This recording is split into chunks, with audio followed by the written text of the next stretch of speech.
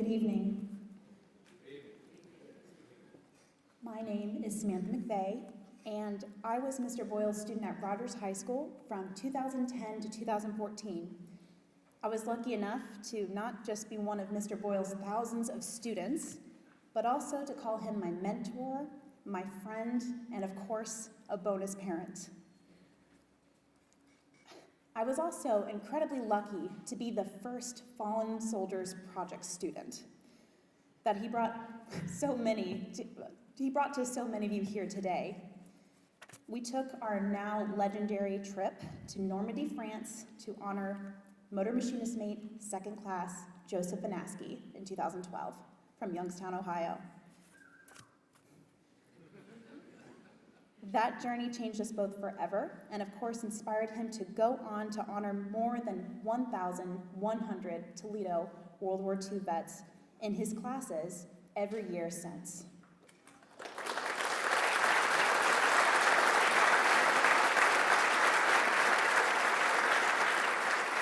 Thank you. Being alongside him while he created this program for his students and for this community was an honor. And today, I want to share with you one of the best lessons I got to learn from him and that experience. I was applying for colleges, and I was very stuck. I was certain I wanted to be a conservation biologist, and nothing, I mean nothing, was going to change my mind. But then I went on this magical, crazy, emotional journey to honor a man who I had been separated from almost 60 years, and I panicked. Because I fell in love with history, and more than that, I fell in love with people. So in that panic, I wrote Mr. Boyle an email in the middle of the night, delirious from writing hundreds of essays, which of course he helped me with, mind you. And I emailed him asking for some wisdom. Is this a sign, I asked? Am I supposed to be a history major instead? My 18-year-old life was falling apart. I want to share with you now what he told me then. He said, I think my love for history is pretty obvious. And like most people who really, really love something, I tend to become an evangelist, and I'm hoping to convert everyone I see the same wisdom and beauty that he sees in it. This means when I see someone else express interest in it, I get tremendously excited and want to do everything I can to bring them to the fold. And if this sounds vaguely religious, it's because I think it is to some degree. Religion is generally people finding a way to explain the unexplainable and to impose an order on the world that they accept and love. In a lot of ways, that is how I feel about history. So with all that being said, you can imagine how excited I was earlier this week when you said you were thinking about majoring in history when you get to college. My obvious impulse then is to encourage you to grab hold of history with both hands and fly. But I want to take a few steps back today and just give you a couple of the things I hope you will soak in, not just in the next few hours, days, or months, but over the next 12 months or so. Don't just listen to your heart. That sounds crazy, especially since I am the kind of person who tends to act on a lot of intuition and hunches. But sometimes the heart speaks so loudly, it can overpower our brains and even worse, our souls. Our hearts are awesome, especially when we love something, and there's no better feeling in the world. But there's something I remember from my educational psychology class, and it was the relationship between states of high emotion and decision making. This study found that the more emotional a person tends to be, the less likely they are to make a great decision. If you think about it, this happens pretty often.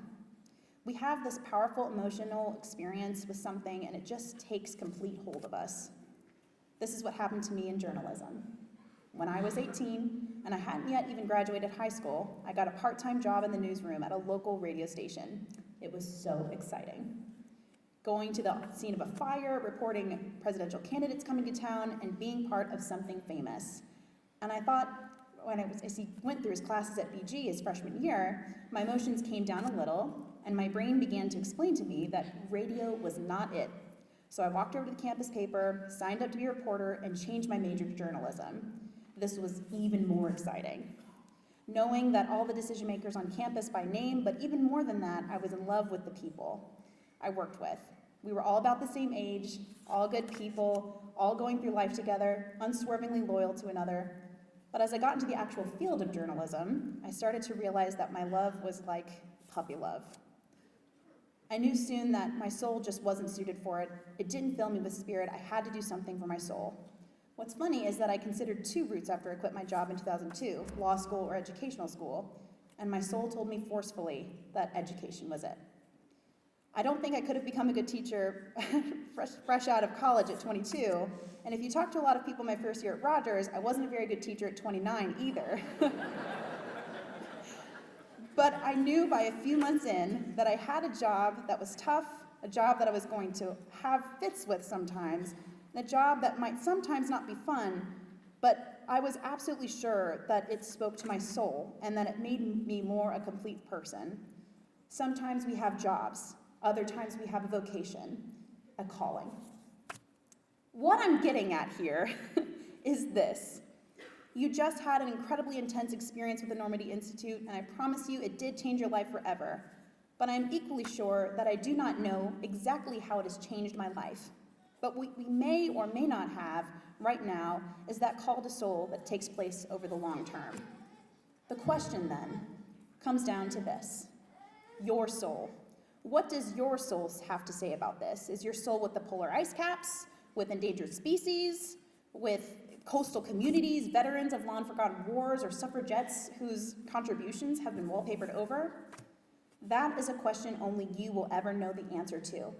Lucky for you, you've got time. Mr. Boyle's advice wouldn't really cement in my heart until about my second year of college. And that's when I had a big turnaround. I, of course, went on to change majors. I made a million more changes that satisfied both my head and my heart, and finally my soul, before finally settling to work with college students in Ithaca, New York, where I now work at Cornell Law. I'm not a scientist, but I am a peopleist, and I hope that I can somehow, in some small way, make the impact on my students Mr. Boyle had on me. On days when my kids start to panic about what they're doing in class, I look back on these words. I hope you too will find this lesson to me useful. Be curious about the place you are in, the people you are with, and be curious how you can show up for them and how you can be the best version of yourselves. That is the very best way we can honor Mr. Boyle and honor each other. Thank you for letting me share this story with you.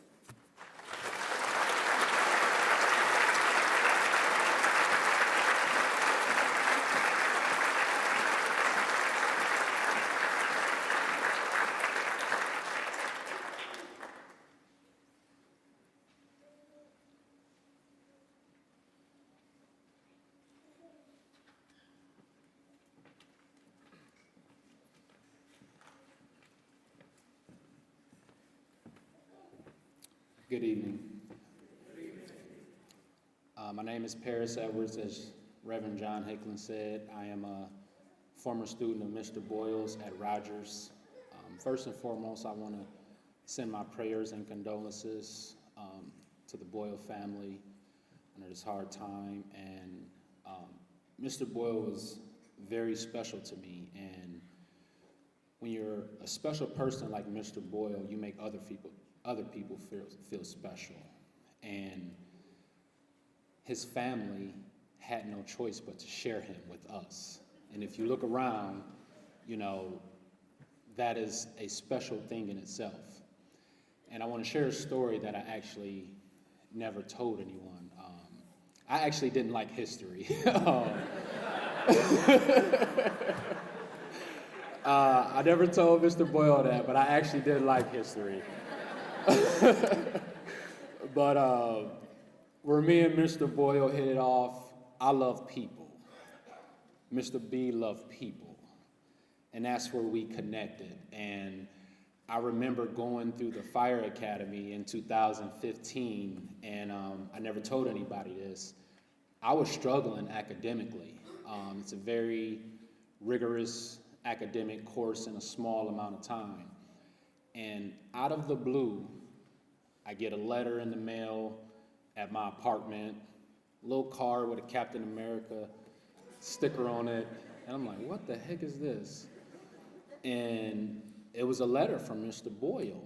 And in his own enthusiastic way, I could feel his energy through this letter. He was more excited than me that I was becoming a firefighter than I was myself. And I'm like, after I read the letter, I'm like, I can't fail out. I'm like, I can't. I have no choice but to pass this and get through this academy, or I'm gonna let Mr. B down. So some years later, I end up becoming a substitute teacher. So we kind of became colleagues. And whenever I got a chance, I would go sub at weight, no matter what. First thing in the morning, I would text Mr. B. He would say, "When's your planning period? When's your planning period?" So I would tell him, he would come in my class, he would give the biggest, most infectious hug and squeeze me, and he had that infectious smile, and it always made my day better.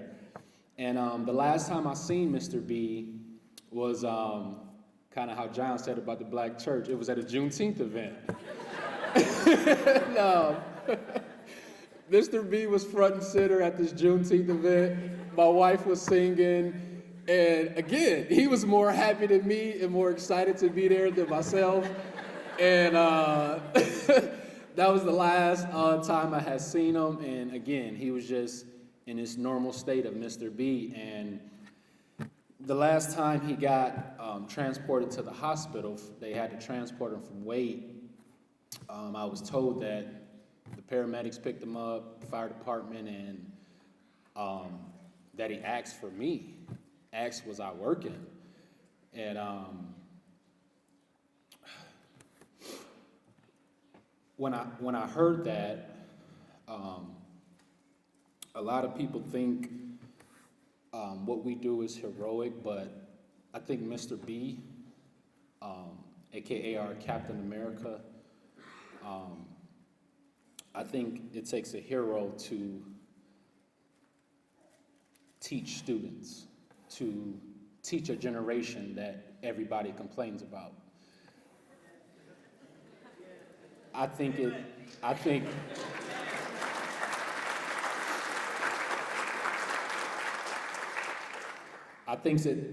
takes a hero to pour into other people from all age groups to adults, even though you're literally fighting for your life. I think it takes a hero to love others, even though you might be dealt something out of your control that's literally killing you. Mr. B was a light that we all could learn from. Mr. B was a light that we all can grow from, and it will never go away. I'm just honored that he thought of me in a sense to be able to share some memories. I'm blessed to call him my friend, my mentor, and I'm blessed to be here with all of you, and I will miss him very dearly, but his actions and his love will never, ever end. Thank you.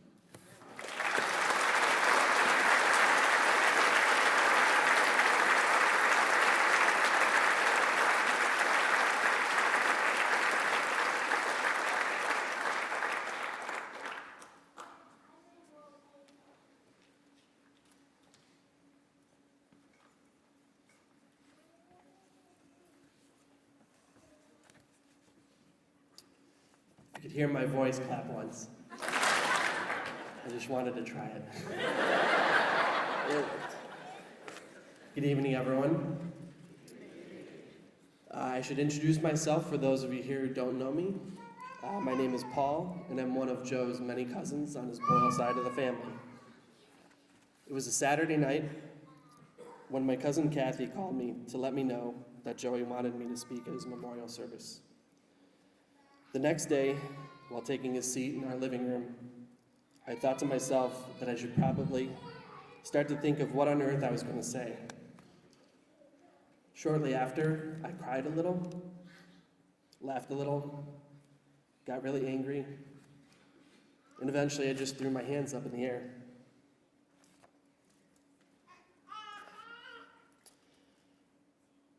It was at that moment that I realized that I should probably turn off the Browns game.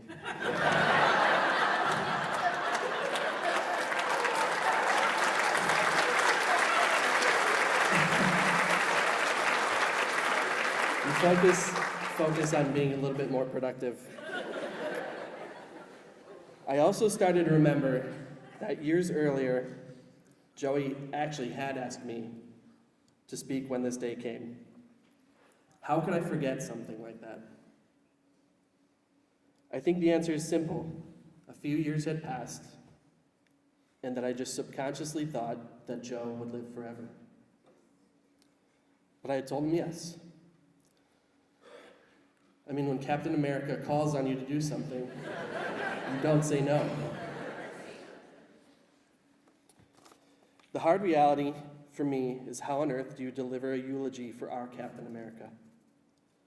It seems more fitting of a job for someone like Tony Stark or Nick Fury, where I pretty much am as about as eloquent as the Hulk, or a version of the Hulk that has a smashing power on par with Gallagher. But I promise I didn't bring any watermelons. I did, however, bring a contractual obligation to condemn and denounce Art Modell.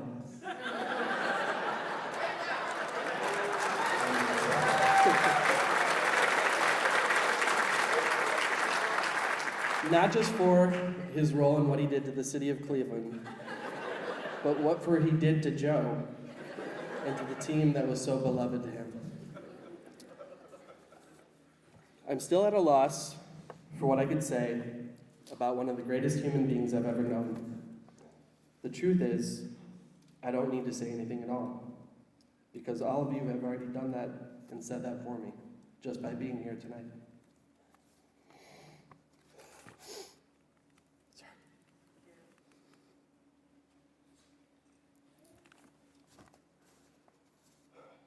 The outpouring of stories, memories, and tributes that I've seen since he left.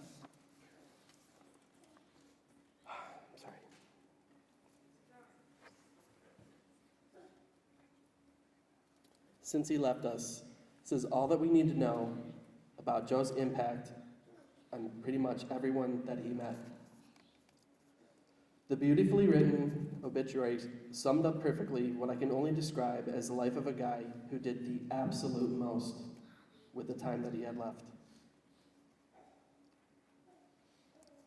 Honestly, I could share countless memories of our childhood.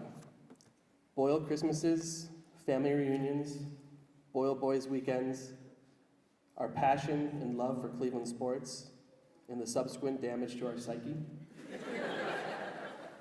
Comic book heroes, nerding out on all the movies and shows, joking about how Thor's physique in Avengers Endgame, that we finally had the same bodies as an Asgardian god. And of course, how could I forget Star Wars? The guy had Han Solo and Princess Leia cake toppers at his wedding. He was just so awesome. I could go on, but with the time I have left, the only way I could fit any of it in would be nonstop word salad, like a version of Billy Joel's We Didn't Start the Fire, performed by U2. What I'm going to attempt to do is to honor Joe in what I think is the best way possible. Not just remembering his legacy, but continuing it in a real and tangible way. Joe left us with what any great teacher and mentor would: homework. He gave explicit instructions. Do great things with every day that you've got.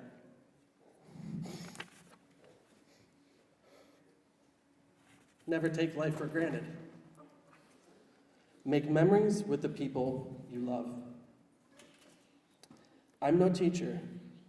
Many of our family members are, but I'm going to try and make Joe's last homework assignment easy on us, with visual aids and a take-home exam. And first, I should provide a little context. Throughout the years, there's been a couple different group texts that Joe and I have been a part of.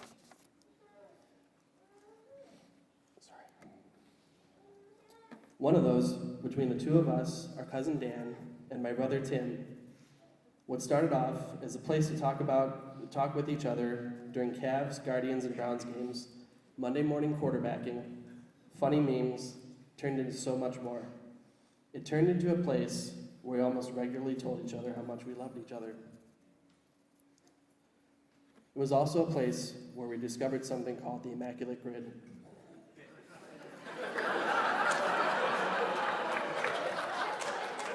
Now, what's the Immaculate Grid? Here's an Immaculate Grid that Joe himself actually filled out. In simplest terms, it started off as a daily puzzle game with baseball, a 3x3 grid with 9 spaces, usually 3 teams along the top or 3 teams along the side. Sometimes there's stats, as you can see. And so you get 9 guesses only to fill in the grid with players who played for both teams where they intersect. Get all 9, and that's immaculate. It expanded to the other major sports and became something we did with each other every single day, maybe missing a few here and there. We had the best time trying to come up with Cleveland guys, Toledo guys like Addy Joss, and whoever could use the most obscure and funny names, usually Joe. Guys like Oil Can Boyd, Old Hoss Radborn, and Speed Kelly. You might be thinking, what's the big deal about some sports trivia game? Thing is, it wasn't about the game at all. It was about a chance to connect, to be with each other, to make memories. How do I know that this grid was important to Joe? When Joe went into the hospital for the initial coughing up blood incident that he graciously shared on social media, nice picture. After everything that he'd been through, I think it was a little over 24 hours later that he sent us a baseball grid with only 3 correct answers and a message that said he was higher than a giraffe's butt. Except he used a different word. So now, I would like to present to you the Joe Boyle Immaculate Grid. Joe's grid represents some of the greatest moments, memories, and achievements that he accomplished. Some that we are all familiar with. His life as a dedicated family man, and the awesome memories created during their road trips throughout the years. A beloved teacher, the historian and author who brought to life the story of my namesake, our great uncle Paul Boyle, and the stories of so many of Toledo's heroes. The Winter Soldier Marathon, and how he embodied everything that it was to be a real-life superhero. So here's where our part comes in. Today I've brought with me your very own Joe Boyle Immaculate Grid to take home with you. We'll have these at the back later. They're blank for a reason. In those 9 empty spaces is where we complete Joe's homework assignment. Use those spaces to write in the great things you'd like to do or accomplish. The memories you'd like to make, short-term or long-term, it's up to you. It's my hope that even if a handful of us use these to achieve what Joe asked us to do, we've not just honored his legacy, but brought it to life. And while Joe may be gone, he'll continue to live on. I'd like to end with a quote from the late, great Norm Macdonald on his battles with cancer. I'm pretty sure I'm not a doctor, but I'm pretty sure if you die, the cancer dies at the same time. That's not a loss, that's a draw. Thank you.